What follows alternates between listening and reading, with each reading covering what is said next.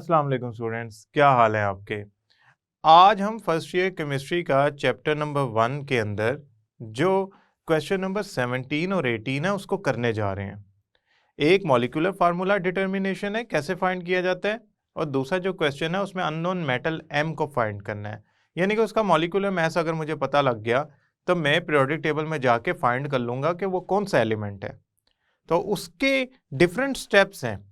हम चलते हैं स्मार्ट बोर्ड की तरफ और देखते हैं कि कैसे ये दोनों न्यूमेरिकल सॉल्व होते हैं।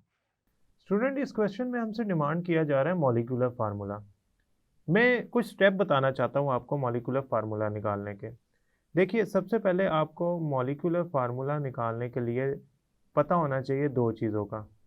मॉलिक्यूलर फार्मूला तब निकलता है जब आपको एम्पिरिकल फार्मूला पता हो और फैक्टर एन पता हो।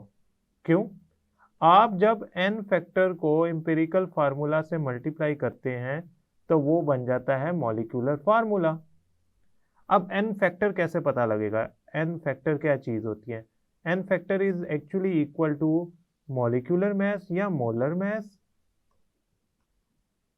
Divided by empirical formula mass. इसका मतलब ये हो गया कि हम एम्पिरिकल फार्मूला पहले तो निकाल लें, फिर एन फैक्टर निकाल लें और उसके बाद मॉलिक्यूलर फार्मूला हमारे पास आ जाएगा। तो हम चलते हैं इसके सॉल्यूशन की तरफ।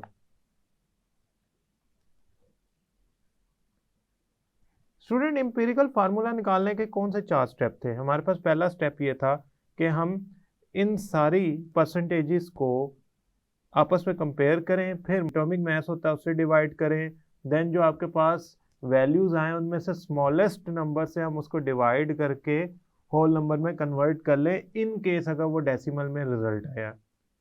तो मैं ऐसा करता हूँ, मैं इसके सॉल्यूशन से स्टार्ट करता हूँ। सबसे पहला स्टेप करता हूँ कि मैं कार्बन, हाइड्रोजन, नाइट्रोजन और ऑक्सीजन को कंपेयर करता हूँ। अब इनकी परसेंटेजेस लिखते हैं हम। सबसे पहले कार्बन की परसेंटेज लिखते हैं 68.2%। फिर हाइड्रोजन की लिखते हैं 6.86%। फिर लिखते हैं नाइट्रोजन की 15.09 और देन ऑक्सीजन की 9.08। नाउ स्टूडेंट, अब हमारे पास स्टेप नंबर 1 तो हो गया कि हमने इनकी परसेंटेजेस डिटरमिन कर ली और उनको कंपेयर कर लिया। परसेंटेजेस ऑलरेडी गिवन थी। अब दूसरे स्टेप में करना क्या आपने? स्टेप नंबर 1 हो गया। सेकंड स्टेप में आपने करना क्या है? इनका जो मास है, एटॉमिक मास, उससे डिवाइड करना है। अब 68.2 को डेफिनेट सी बात है आप कार्बन के एटॉमिक मास 12 से डिवाइड करेंगे, हाइड्रोजन का 6.86 को डिवाइड करेंगे 1.008 से, नाइट्रोजन का एटॉमिक मास होता है 14 तो उससे आप डिवाइड करेंगे, और ऑक्सीजन का एटॉमिक मास होता है 16 उससे आप डिवाइड करेंगे। सो अगर मैं इनको कैलकुलेटर पे सॉल्व करूं तो मेरे पास जो आंसर आएगा पहले का, यानी कि इनको सिंप्लीफाई करूं तो आंसर आता है 5.68। अच्छा, दूसरे को सॉल्व करूं तो आंसर आता है 6.81 अप्रोक्सीमेटली। तीसरे को सॉल्व करूं तो आंसर आता है 1.078 और फोर्थ को सॉल्व करूं तो 0.5675। नाउ स्टूडेंट, इनमें जो लोवेस्ट वैल्यू है उसको सारों से डिवाइड करना है। That is actually our step. Mean हमने क्या किया, पहले परसेंटेजेस इनकी कंपेयर की है डिटरमिन करने के बाद, उसके बाद उनके एटॉमिक मासेस से डिवाइड किया। अब जो वैल्यूज आ गई हैं इसमें हमने करना क्या है? डिवाइड विद द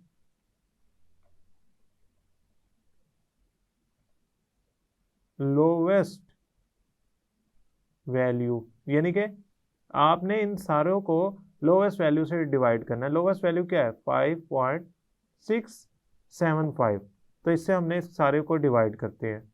तो मैं इनको दोबारा लिख लेता हूँ। 5.68, 6.81, 1.078, 0.5675।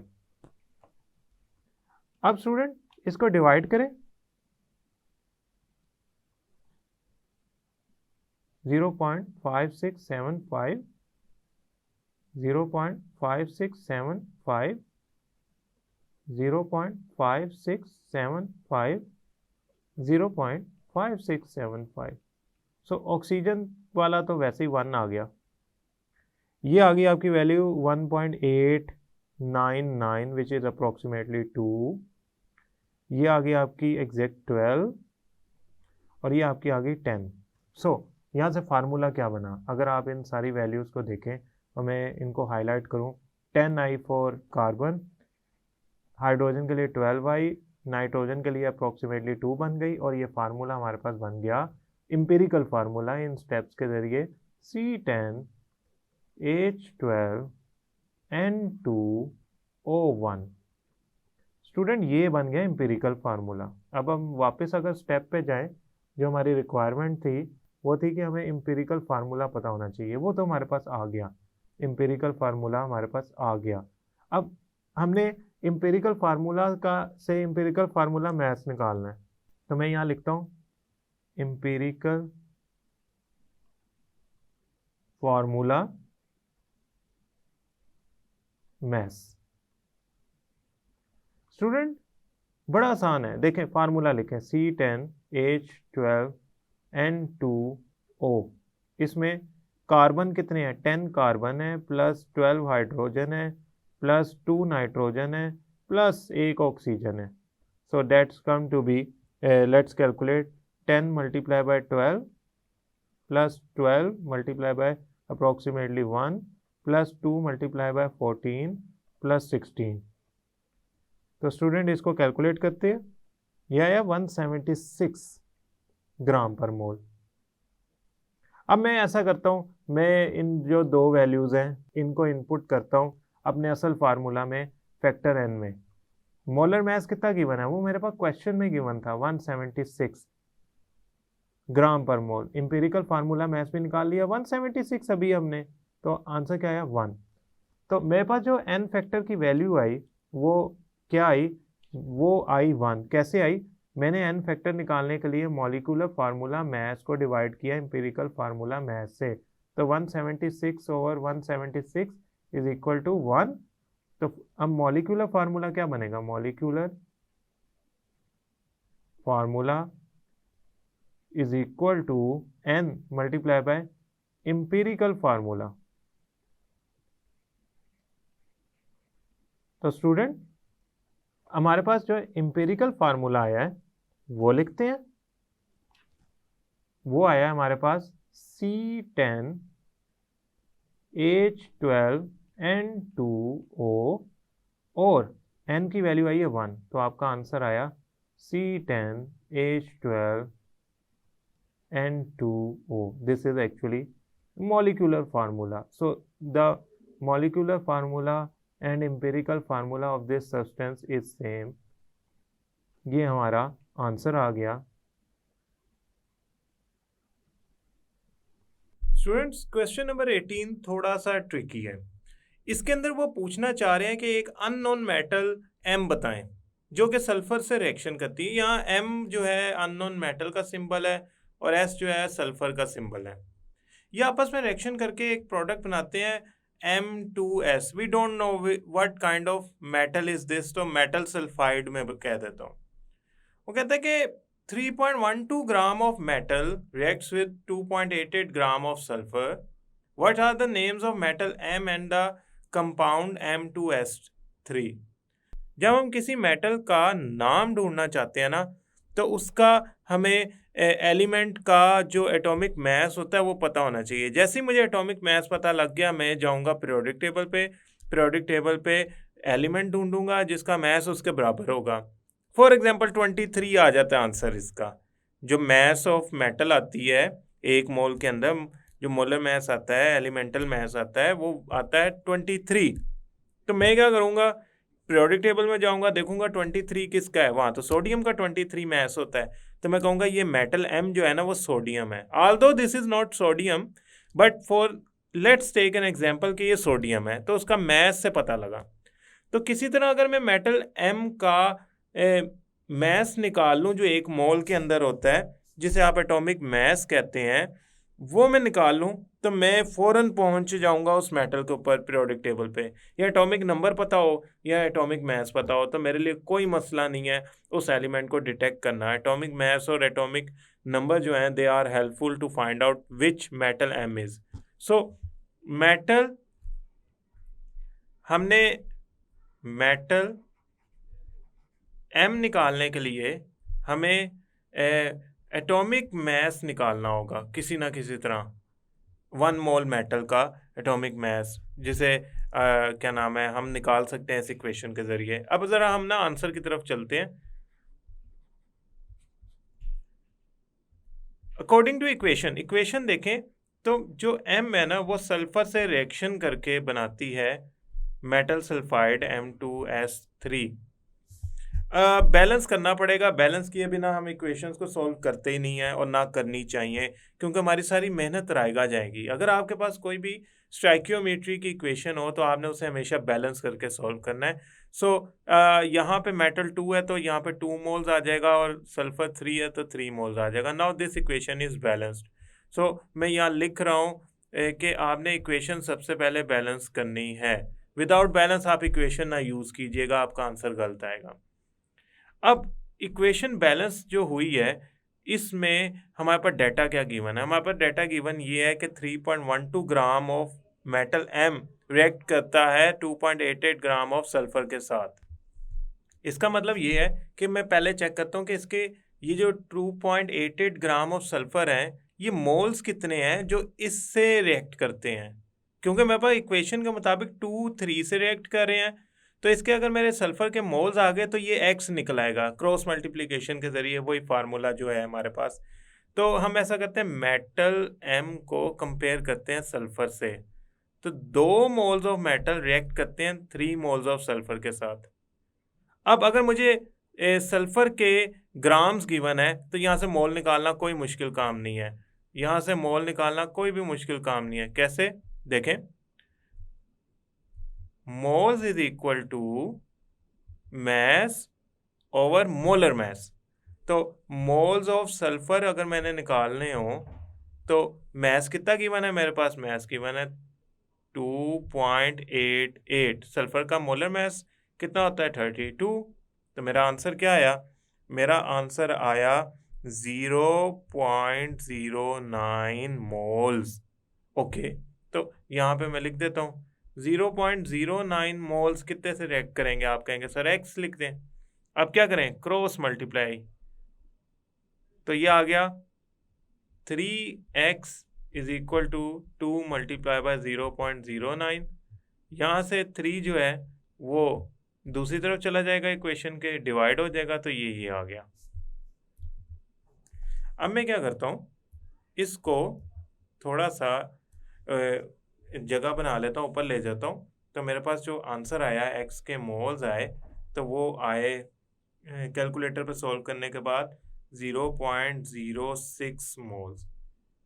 इसका मतलब पता है क्या है कि सल्फर जो हमारे पास गिवन है से वो हमारे पास गिवन थी 0.09 मोल्स, सल्फर थी 0.09 moles, reacts with 0.06 moles of M metal. ठीक हो गया? अब आप कहेंगे सर इसका यूं भी तो मतलब बन सकता है कि सल्फर के 2.88 ग्राम रिएक्ट कर रहे हैं 3.12 ग्राम के जो आपके पास गिवन है स्टेटमेंट के अंदर। इसका मतलब यूं भी है ना, देखें इसको आप दूसरे तरीके से समझें, इतने मोल्स के अंदर सल्फर के इतने ग्राम्स हैं, तो इसके इतने मोल्स के अंदर मेटल M के इतने ग्राम्स होंगे, ऐसा ही है ना। तो हमने क्या किया, जब मोल्स निकाले तो वहां से हम ग्राम ऑफ मेटल को कंपेयर कर लेते हैं, तो हमारे पास आंसर आ जाएगा जो हमारी रिक्वायर्ड वैल्यू है 1 मोल की। कैसे? ये देखें जरा, 0.06 मोल्स ऑफ मेटल M किसके इक्वल होता है? 3.12 ग्राम के। तो यहाँ पे अगर मैं 1 लाना चाहता हूँ तो दोनों तरफ मैं क्या करूँ, 0.06 से मल्टीप्लाई कर दूँ या 0.06 को उठा के दूसरी तरफ ले जाऊँ, तो 1 मोल ऑफ मेटल M कितना होगा, 3.12 ग्राम डिवाइडेड बाय 0.06 मोल। तो मेरे पास आंसर आया 52 ग्राम पर मोल। ये आ गया मेरा 1 मोल ऑफ मेटल का मैस, एटॉमिक मैस आ गया 1 मोल ऑफ मेटल का। अब जैसे ही मैंने इसको देखा तो मैंने कहा ये तो मेरे लिए आसानी हो गई, मैं ऐसा करता हूँ पीरियोडिक टेबल में चलता हूँ। जब मैं पीरियोडिक टेबल में गया तो मुझे पता लगा जो क्रोमियम है, Cr है क्रोमियम, उसका मैस जो होता है वो 52 होता है। तो मैंने जैसे ही मैस निकाला 1 मोल ऑफ मेटल का तो मुझे पता लग गया ये मेटल क्रोमियम है। तो पहली बात है हमारी रिक्वायरमेंट पूरी होगी फर्स्ट कि ये मेटल कौन सी है, ये मेटल क्रोमियम है। तो हम ऐसा करते हैं, क्वेश्चन की तरफ वापस चलते हैं। हमारे पास पहला हिस्सा निकला है, मेटल M कौन सी है, क्रोमियम। दूसरा हिस्सा M2S3 क्या है, क्रोमियम सल्फाइड Cr2S3। तो ये इक्वेशन क्या बन गई हमारे पास, ये इक्वेशन हमारी अब नहीं बनाते हैं और इसको प्रॉपरली लिख के आते हैं। आपने सिर्फ ये आंसर नहीं लिखना, आपने इक्वेशन भी पूरी लिख के आनी है। Chromium plus sulphur makes chromium sulphide, तो यहाँ पे लिखेंगे 3, यहाँ पे लिखेंगे 2। स्टूडेंट्स मैं एक दफ़ा आपको थोड़ा सा दोबारा ट्रिक बता देता हूँ ये कैसे हुआ।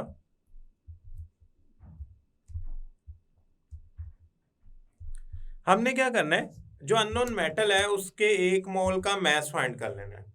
1 मोल का मास फाइंड करने के लिए हमने इक्वेशन यूज करनी है। इक्वेशन में जो बैलेंसिंग अमाउंट्स हैं, यानी कि जो हमारे मोल्स हैं 2 और 3, हम इसको यूज करके फाइंड कर लेते हैं कि 0.06 मोल्स ऑफ सल्फर कितने से रिएक्ट करता है। वो जितने से रिएक्ट करेगा उसका मास गिवन है। मोल्स हमने इक्वेशन से निकाल लिए, मास क्वेश्चन में गिवन है, तो उतने मोल्स इतना मास रखते हैं, यानी कि 0.06 मोल्स जो होते हैं वो 0.09 ऑफ सल्फर के साथ रिएक्ट करके 3.12 ग्राम मास रखते हैं। तो 3.12 ग्राम जो है वो 0.06 मोल की इक्वल है, तो 1 मोल कितने की इक्वल हुआ, 3.12 ग्राम डिवाइड बाय 0.06 मोल, तो उससे आंसर आया 52 ग्राम पर मोल। तो स्टूडेंट यहाँ से हमने ये क्वेश्चन कंप्लीटली सॉल्व कर लिया। तो स्टूडेंट्स आपने एम्पिरिकल फार्मूला के स्टेप्स, फैक्टर n की वैल्यू कैसे निकालते हैं और अननोन मेटल M का मॉलिक्यूलर मास कैसे निकाला गया और कैसे डिटरमिन किया गया कि क्रोमियम है, ये आज के लेक्चर में समझा और मुझे उम्मीद है प्रैक्टिस भी किया होगा। मैं उम्मीद करता हूँ ये लेक्चर आपको समझ आया होगा। नेक्स्ट लेक्चर तक के लिए अल्लाह हाफिज़।